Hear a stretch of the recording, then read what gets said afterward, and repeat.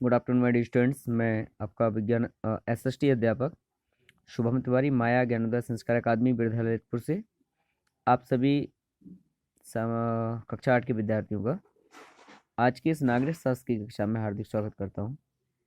विद्यार्थियों, कल की वीडियो कक्षा में मैंने लेसन 2 देश की सुरक्षा एवं विदेश नीति से संबंधित सेनाओं के संगठन, सैन्य संगठन और उनके बारे में चर्चा की थी। विद्यार्थियों, जहां भारत की आंतरिक या बाह्य सुरक्षा की बात करें तो एक ओर जहां सेनाओं के तीनों संगठन थल सेना, नौसेना, वायुसेना, ये तीनों सुरक्षा करती हैं, इन सैन्य संगठनों के साथ साथ और अन्य भारतीय सैन्य संगठन भी हैं जो भारत की सुरक्षा में अपना महत्वपूर्ण योगदान देते हैं। जिस प्रकार से तीनों सेनाओं के कमांडर इन चीफ, प्रशिक्षण केंद्र, उनके विभाग हैं, उसी प्रकार से इन अन्य सहायक सुरक्षा संगठन जो हैं, इनके भी कमांडर इन चीफ, इनके भी प्रशिक्षण केंद्र और इनके विभाग, भर्ती आदि की प्रक्रियाएं और प्रावधान भी हैं। तो आइए और अन्य सुरक्षा सहायक अन्य संगठन जो हैं उनके बारे में जानते हैं इस लेसन के माध्यम से। सेनाओं के उपर्युक्त तीनों अंगों के अतिरिक्त कुछ अन्य संगठन हैं जो देश की सुरक्षा के लिए कार्य करते हैं। देश की अंतर्राष्ट्रीय सीमाओं की जो स्थायी रूप से चौकसी का कार्य है वो सीमा सुरक्षा बल यानी बॉर्डर सिक्योरिटी फोर्स BSF। अर्थात विद्यार्थियों, हमारे देश की जो सीमाएं हैं जैसे चीन, पाकिस्तान, नेपाल, भूटान, म्यांमार, अफगानिस्तान,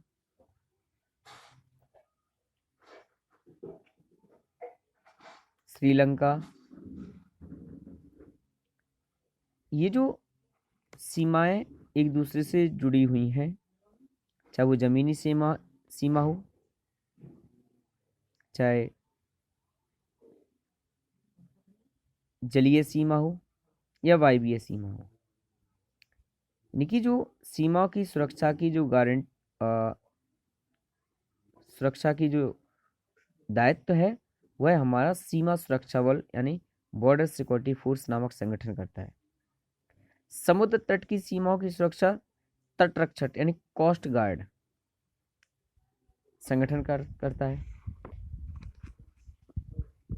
इसके बाद इसके कार्यों में रक्षा प्रतिष्ठानों की रक्षा करना, तस्करी रोकना तथा खोज बचाव के दलों का गठन करना प्रमुख है।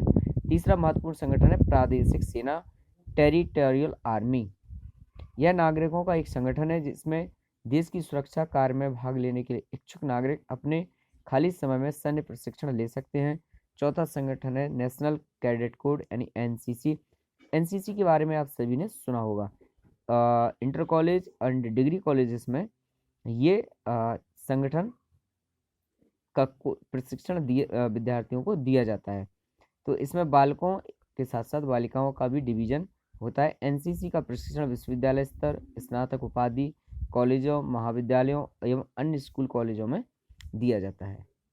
इसी प्रकार और भी कुछ प्राथमिक विद्यालय या जूनियर विद्यालय जो होते हैं उनमें आपके स्काउट गाइड्स के प्रशिक्षण की व्यवस्था है। तो विद्यार्थियों, जिस प्रकार से बॉर्डर सीमा सुरक्षा बल या तटरक्षक सीमा बल या प्रादेशिक सेना का कार्य होता है, उसी प्रकार से NCC, स्काउट गाइड आदि का भी प्रशिक्षण लोगों को, नागरिकों को दिया जाता है विद्यार्थी जीवन में।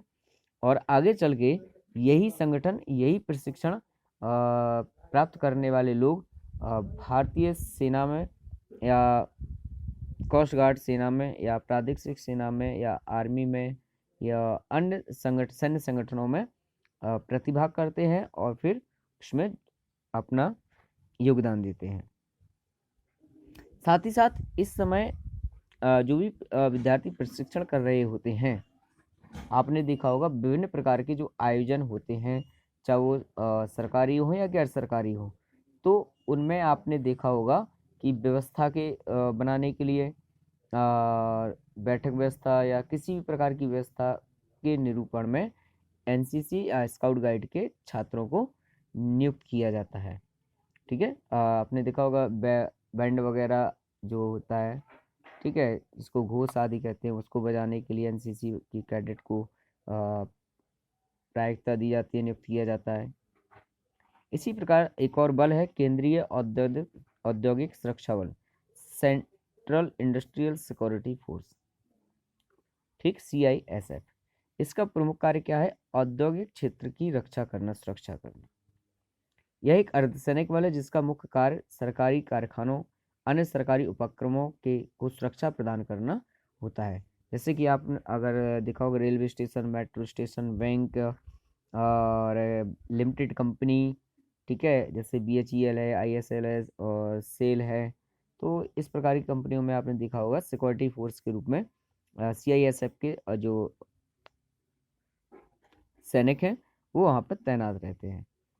इसके अतिरिक्त देश की आंतरिक सुरक्षा, विशिष्ट लोगों की सुरक्षा, परमाणु संस्थान, ऐतिहासिक धरोहरों की सुरक्षा भी केंद्रीय रिजर्व पुलिस फोर्स यानी CRPF की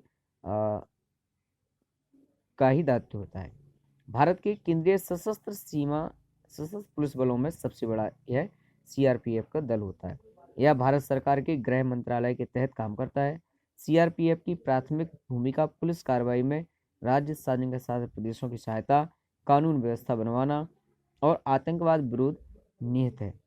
इसके बाद RAF यानी रैपिड एक्शन फोर्स केंद्रीय रिजर्व पुलिस बल की एक शाखा है जो दंगों एवं भीड़ को नियंत्रित करती है। राष्ट्रीय सुरक्षा गार्ड NSG यह गृह मंत्रालय के निरीक्षण में काम करती है और इनका मुख्य कार्य विशिष्ट व्यक्तियों की रक्षा, बंधकों का बचाव, प्रमुख प्रतिष्ठानों, आतंकवादी खतरों से सुरक्षित करना होता है। NSG सुरक्षा आपने देखा होगा जो हमारे मंत्री, मिनिस्टर या प्रधानमंत्री जो होते हैं, SPG या NSG की जो सुरक्षा होती है, विशेष व्यक्ति जो होते हैं उनकी सुरक्षा के लिए इन गार्डों की व्यवस्था करना भारत सरकार का काम होता है। तो विद्यार्थियों, ये सैन्य संगठन यानी थल सेना, नौसेना और वायुसेना के अतिरिक्त और भी ये संगठन है जो भारत की आंतरिक एवं बाह्य सुरक्षा में अपनी भूमिका अदा करते हैं। विद्यार्थियों, इसके बाद कुछ और भी संगठन है, जैसे हमारे नागरिकों के कर्तव्य भी है कि हम अपनी सुरक्षा और अपने देश की सुरक्षा, अपने समाज की सुरक्षा खुद भी करें। इसके लिए भी नागरिकों में, समाज में ही लोगों को नियुक्त किया जाता है ताकि वो उनकी गतिविधियों पर ध्यान दे सकें। तो इस पर चर्चा करने के लिए कल फिर उपस्थित होकर के चर्चा करेंगे। कल का हमारा जो टॉपिक होगा भारत की विदेश नीति। तो आज की कक्षा में मात्र इतना ही, कल फिर उपस्थित होंगे, तब तक के लिए नमस्कार।